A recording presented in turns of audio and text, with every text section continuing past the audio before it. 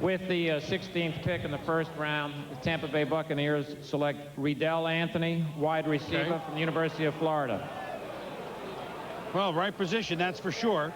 So the Florida receivers have gone. The Washington Redskins are now on the clock. Riddell Anthony, Mel, last year, one season. I know in Florida they score all the points with Werfel, etc.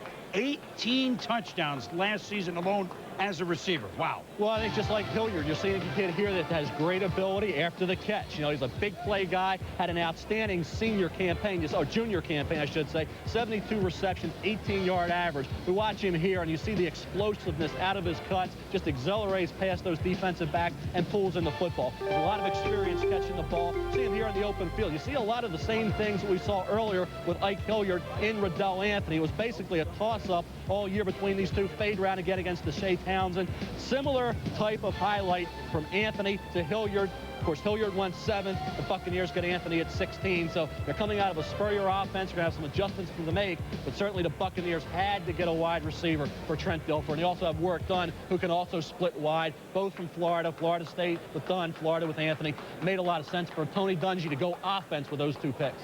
11 straight games with at least one touchdown pass. You know, the other thing, too, Boom, is as you look through this entire draft through the 16 picks, I think a lot of people have got a lot of things they like. I think they feel real good about them. And that's the big thing. Well, let's go around the league. We're into the second half of the first round. Let's start with Mark Malone at St. Louis. Mark? Crisp pancakes have been added to the menu here as a staple food in St. Louis as the Rams select Orlando Pace with the first overall pick. Now they turn their attention to defense. Only 4 corners have been chosen so far in the first round. They hope a great one falls to them with the 38th pick. Now let's head to Seattle and Hank Goldberg. Well, with the pick at number 3 of Sean Springs, Dennis Erickson can count on he and Willie Williams to provide top coverage at the cornerback position. Put 8 men in the box. That's the defense he likes. He got the tackle he wanted by trading up to the 6th spot with Tampa Bay, who traded with the Jets, and he got Walter Jones. They're happy here. They're relaxed. They have nothing to do until the 5th round, which will be tomorrow. And if it wasn't raining, they probably would be out playing golf. Let's go to Sal Paolantonio in New York with the Jets. Earlier this week, Bill Parcells had just 2 of the top 104 picks, but after some crafty wheeling and dealing, he now has 5. Not bad for a guy who wasn't supposed to be GM material. At the top of the 2nd round, look for him to stay with defense, probably cornerback or defensive tackle. Now let's go to Andrea Kramer in Tampa Bay. The theme for the Buccaneers with the 12th and 16th selections, big play capabilities. Wide receiver Riddell Anthony, they just took with the 16th pick, and Warwick Dunn, the running back from Florida State. Tony Dungy told me, we're hurting Trent Dilfer without speed. They're going to have plenty of it now. Let's go to Linda Cohn in New Orleans. Now that the Saints have their bull wrestler and Chris Naoli on the offensive line, they turn their attention to finding a playmaker at wide receiver or at running back. The question is, will anybody be there at 33 and 39 when they pick next?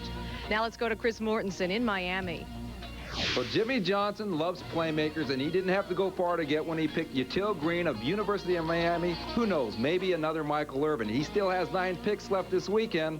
Now let's go to Chris Myers in Dallas. At the request of Jerry Jones, Troy Aikman worked out possible potential receivers for this team. His 2 favorites, Ike Hilliard and Tony Gonzalez, are long gone. Dallas sitting with the 25th pick, considering maybe moving up a notch or 2. They've already had conversations with Tampa and Miami, deals that didn't work out.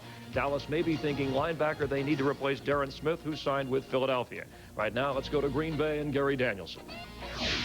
For the Super Bowl champs, the word still is patience as the Packers get ready to get some activity in their war room as the draft is going to come to Ron Wolf and Mike Holmgren. You can see them. They are starting to study. They've opened their books. It's going to be turn for the Packers to choose very quickly. Back to New York and Chris. All right, Gary, thank you. The Washington Redskins are now on the clock. Ronaldo Wynn, defensive lineman, Notre Dame. Could that be somebody they're looking at? We'll investigate the Skins. We return to the Skin Game here in New York.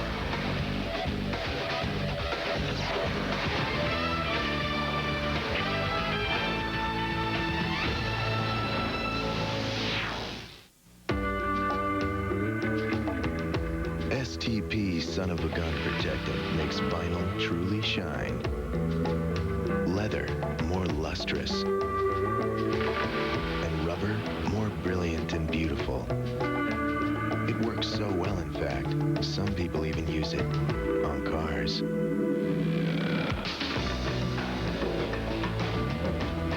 son of a gun protectant and son of a gun tire glaze by SDP.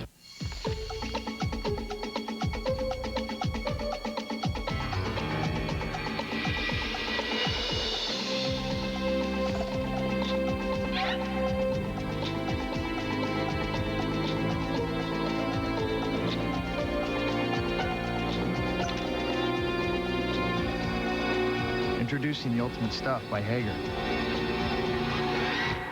If you only had one thing to wear, this would be it.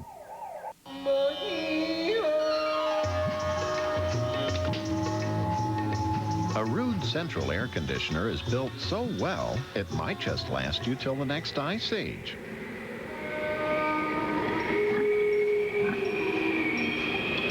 Heck, a Rude air conditioner cools so well, it might even cause the next ice age. You can rely on Rude. Special financing now available. It now appears that Shaq is suffering from a neck injury. Of course we're concerned. That's one valuable neck. Shaq is suffering from taco neck syndrome, TNS. It's caused by his craving for delicious Taco Bell tacos.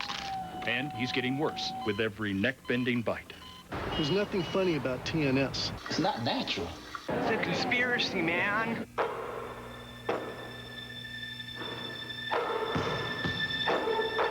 Get some more of those tacos. Polaroid presents the NFL Draft Snapshot. Desmond Howard capped his senior year at the University of Michigan by winning the Heisman Trophy before entering the '92 NFL Draft. The Washington Redskins select Desmond Howard, wide receiver from Michigan. Howard, the 4th overall selection, played 3 years in Washington but averaged only 22 catches a year. Jacksonville selects wide receiver from the Washington Redskins, Desmond Howard. He played 1 year with the expansion Jaguars, catching 26 balls and scoring only 1 touchdown before signing with the Pack in '96, where he set the NFL record for punt return yards and capped the year with a touchdown and Super Bowl MVP honors. But Howard will not return, signing with his 4th team in March. I'm so happy to become a Raider today and meet Coach Bugle, and it's been great. Desmond moving on to the Raiders. That was the pick that didn't work out for the Skins, but certainly did for the Packers this last season.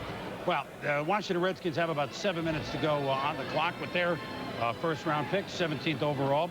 Let's join now by our Sprint video conference call. The head coach of the Cincinnati Bengals, Bruce Conslett, and Coach, welcome. And you've Hi, Chris. How you doing? How are you? Fine. I imagine you feel you could push the envelope now a little bit on the defensive wall with Big Daddy, Copeland, and certainly Raynard Wilson. He's wrestled with alligators. So linemen should be no problem, right? He's got to tackle Jaguars and Ravens, but right. I think he'll do fine in our system. Of course, we're going from a 4-man line to a 34 defense, so we need linebackers, and we're going to play him at outside linebacker, and we'll see what happens. Well, you're one of the few teams that'll play 3-4. I mean, it's almost that was the vogue for a while, but now there are very few that play this. Does this give you an advantage, maybe, and teams don't see a defense like this that much? I think it does, and I've got Dick LeBeau back here to run the 34 defense. Of course, he's been in Pittsburgh for the last 4 or 5 years, and they've had some pretty good success using it. No question about that, and I think Carolina, it's worked also. You're in a division that, well, it's in a little state of flux. Obviously, Pittsburgh, big-time team. Obviously, Jacksonville, but I mean, you, Houston, this could be a tough division this year, isn't it? I think it will be. I really do. You know, Jacksonville ran a long ways with it last year, almost went to the dance, and, you know, Pittsburgh's been a power. Houston, with McNair coming in, you know, us, we hope we're going to elevate, and, you know, Baltimore's done some good things in this draft, too. We have to block Raynard's bookend bullwear guy, so it's going to be an interesting season. It really is. Well, Coach, Kajana Carter has got to be the guy to lug the ball for you. He came in reportedly a little overweight. What do you see from him, and was he overweight, and have you had a conversation, and